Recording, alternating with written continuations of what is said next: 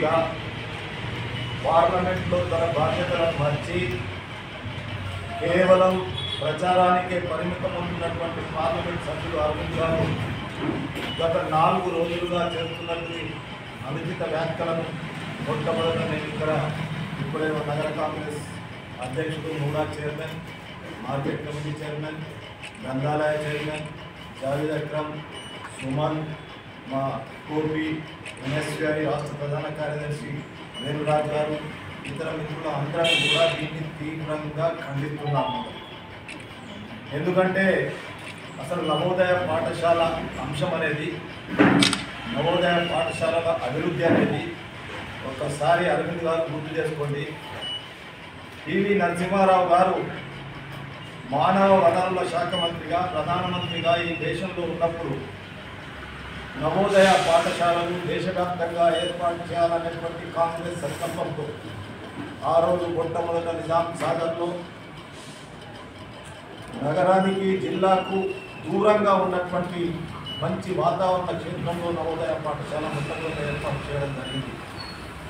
దాని యొక్క రిజల్ట్స్ ఈరోజు ఏ విధంగా ఉన్నాయి విద్యలో అనేటువంటి విషయాన్ని మనం వేరుగా ఆలోచించవలసినటువంటి అవసరం లేదు.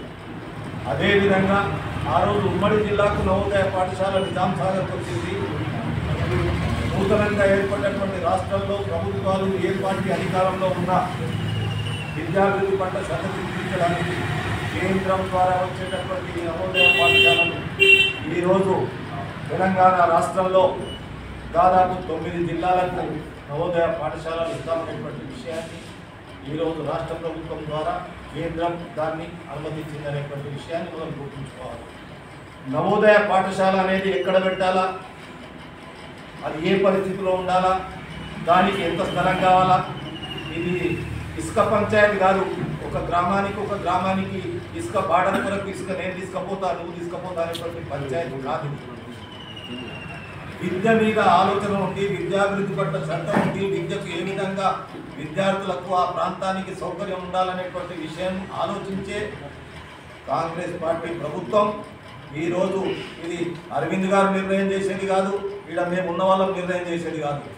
రాష్ట్రంలో ఉన్నటువంటి విద్యా సంస్థకు సంబంధించినటువంటి సెక్రటరీ, రాష్ట్రంలో ఉన్నటువంటి విద్యాభివృద్ధి పట్ల తీసుకునే నిర్ణయంలో భాగస్వామైనటువంటి ప్రభుత్వ అధికారులు, దాని తర్వాత జిల్లా కలెక్టర్ గారు ఆ నిర్ణయం తీసుకుంటారనేటువంటి విషయాన్ని కూడా అరవింద్ గారికి తెలియదేమో అనేటువంటి విషయాన్ని ద్వారా అడుగుతా ఉన్నాను.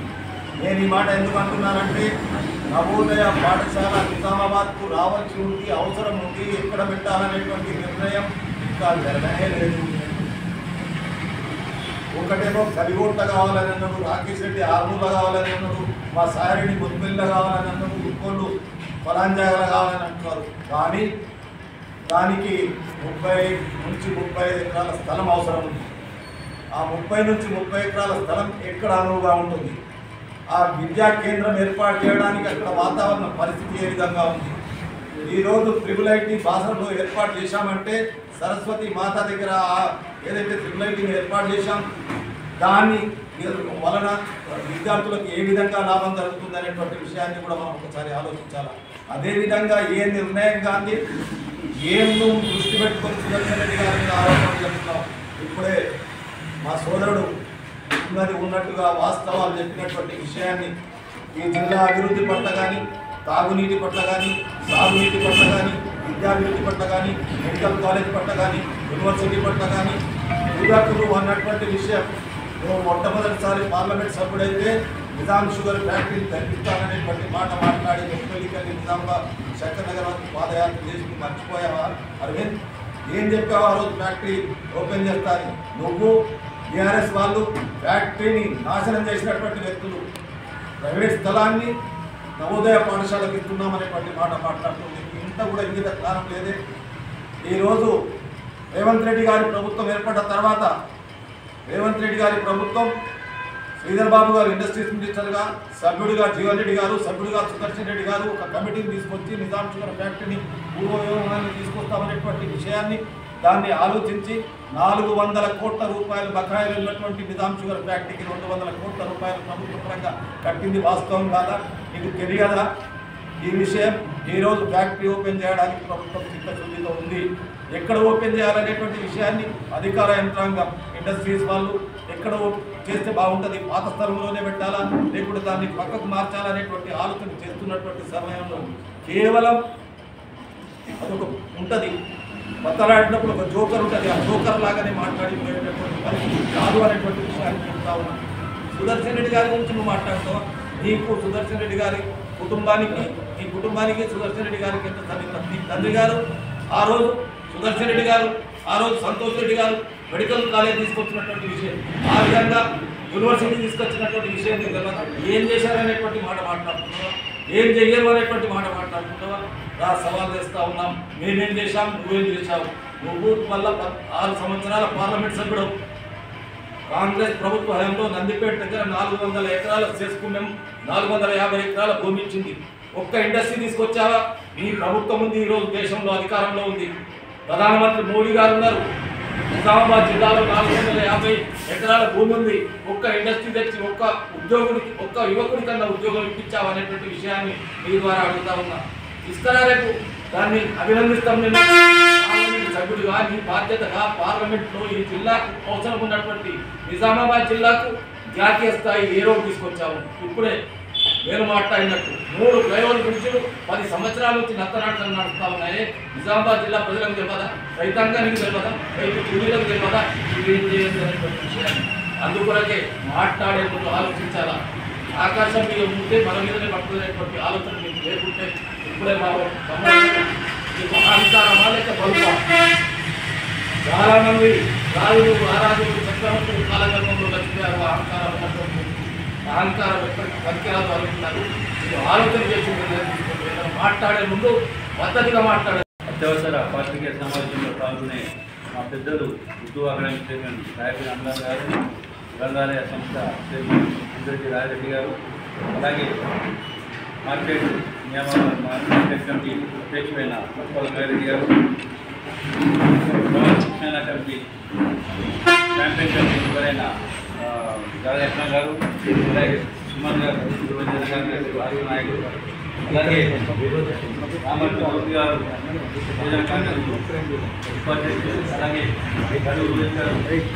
కార్పొరేటర్, నిజామాబాద్ జిల్లా ఎంపీ గారు, ఆయన మధ్య ప్రవేశంలో లేకుంటే అహంకారంలో కూడిన మాటలు మా మాజీ మంత్రివర్యులు, బోధన శాసనసభ్యులు, జిల్లా నిజామాబాద్ కాంగ్రెస్ పార్టీకి పెద్ద దిక్కు అయిన మా సుదర్శన్ రెడ్డి గారి మీద అనుచిత వ్యాఖ్యలు చేస్తూ ప్రజలను తప్పుతో పట్టించే స్టేట్మెంట్లు ఇస్తూ ఆయన పబ్బం గడుపుకుంటున్నారు.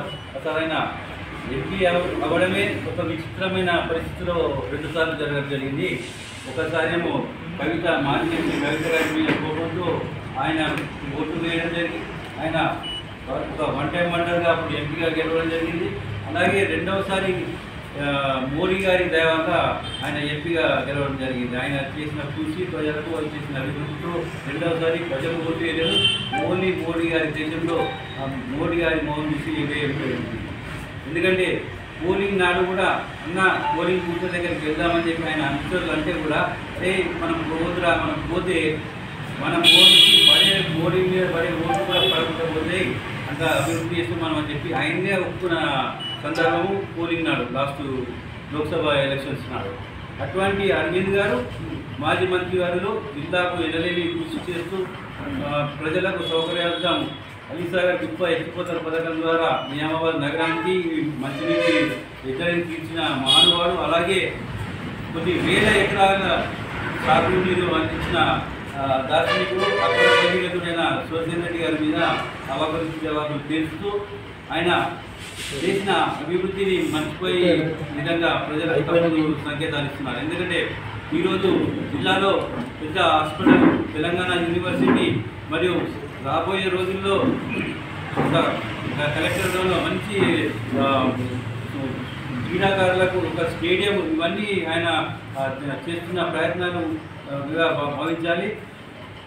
అరవింద్ గారు ఏ రోజు ఈ 6 సంవత్సరాల కాలంలో నిజామాబాద్ జిల్లాలో ఏ అభివృద్ధి పనులకు శంకుస్థాపన చేసిండో ఆయన ఒక శ్వేతపత్రం ఇవ్వాలని చెప్పి మేము కోరుతూ, అలాగే నిజామాబాద్ నగరాన్ని స్మార్ట్ సిటీగా ఎందుకు తీసుకొచ్చే విధంగా కృషి చేయడం లేదో, ఎందుకు తీసుకురావడం లేదో దానికి కూడా ఆయన వివరణ ఇవ్వాలని చెప్పి మేము నగర కాంగ్రెస్ పార్టీ తరఫున డిమాండ్ చేస్తూ, ఇంకొకసారి పెద్దలు సుదర్శన్ రెడ్డి గారు ఏదైతే అభివృద్ధి చేసిందో దాన్ని మరుగున పరిచే విధంగా మీరు మాటలు చెప్తూ ప్రజలను మభ్యపెట్టే విధంగా మీరు రాత్రి కూడా వచ్చి అధికారులతో మార్నింగ్ సమీక్ష సమావేశం నిర్వహించి ప్రజలకు అందుబాటులో ఏ రోజు ఉన్నారు మీరు ఖాళీ పేపర్ స్టేట్మెంట్లకు తప్ప మీరు స్టేట్మెంట్ అరవింద్గానే మిగిలిపోతారు కానీ ఎంపీ అరవింద్గా మీ చరిత్రలో మిగిలిపోరని చెప్పేసి మిమ్మల్ని తెలియజేస్తూ, అలాగే మరోమారు నియామాబాద్ కానీ మా రాష్ట్ర కాంగ్రెస్ పెద్దలను కానీ విమర్శించే ముందు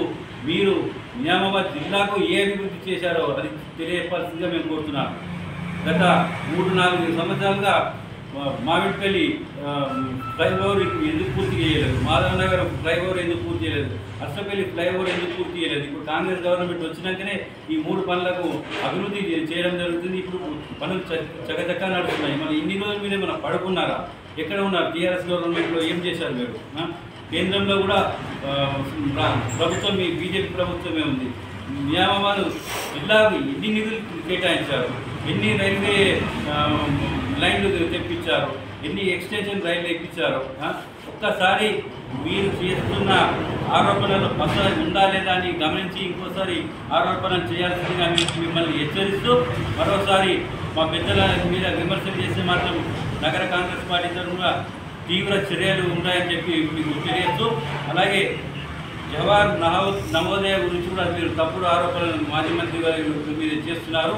ఆ విషయాలు పెద్దలు మా ఉర్దూ అకాడమీ చైర్మన్ తాయిఫిన్ అమ్దాన్ గారు తెలియజేస్తారని మీకు పత్రికాముఖంగా ప్రజలందరికీ తెలియజేస్తూ, ప్రజలు ఇటువంటి అహంకారిని మరోమారు దగ్గరికి రానియకుండా ఓట్లతో బుద్ధి చెప్పాలని చెప్పి మీకు చెప్తున్నాను. అలాగే నియామాబాద్ నగరంలో రాబోయే మున్సిపల్ కార్పొరేషన్ ఎన్నికల్లో ఎంఐఎం బీజేపీ మధ్యన పోటీ అని అనడం ఒక హాస్యాస్పదం. వాపును చూసి బల్బ్ అనుకుంటా అరవింద్, నువ్వు 2 ఎమ్మెల్సీ ఎలక్షన్స్ మీరు ఏదో మీ కృషి వల్ల వచ్చినాయి అనుకుంటున్నారు కానీ అది కొద్దిగా మాకు క్యాండిడేట్ నిర్ణయం కొద్దిగా అలసత్వం వల్ల మేము కాలేకపోయింది తప్ప మీ గెలుపు అది గెలిపే కాదు. ఇప్పుడు రాబోయే రోజుల్లో నియామాబాద్ నగర కార్పొరేషన్ కైవసం కాంగ్రెస్ పార్టీ తప్పక చేసుకుంటుందని చెప్పి తెలియజేస్తూ, ఇక్కడేదో బైన్సాలో అల్లరి సృష్టించి నియామాబాద్ నగరంలో అప్పుడు కార్పొరేషన్ ఎన్నికల్లో అక్కడి వీడియోలను ఇక్కడ వైరల్ చేసి ఒక మతతత్వం మీద ఆ రోజు మీరు 28 సీట్లు గెలుచుకున్నారే తప్ప ప్రజలు బీజేపీ మీద గౌరవంతోనూ అభిమానంతో చేయలేదు. ఒక హిందూయిజంను ప్రొవోకేట్ చేసి అటు హిందూ ముస్లింను విడదీసి మత రాజకీయాలను ప్రోత్సహిస్తున్న అరవింద్ రాబోయే రోజులు ప్రజలు ఖచ్చితంగా బుద్ధి చెప్తారని తెలియజేస్తూ, రాబోయే రోజుల్లో Nizamabad municipal corporation Congress party కైవసం చేసుకుంటే గుర్తు పెట్టుకోది రాసి పెట్టుకో. ఆ రోజు ఏమో పెట్టుకుని నియామాబాద్ నగరానికి వస్తావో మేము కూడా చూస్తాము.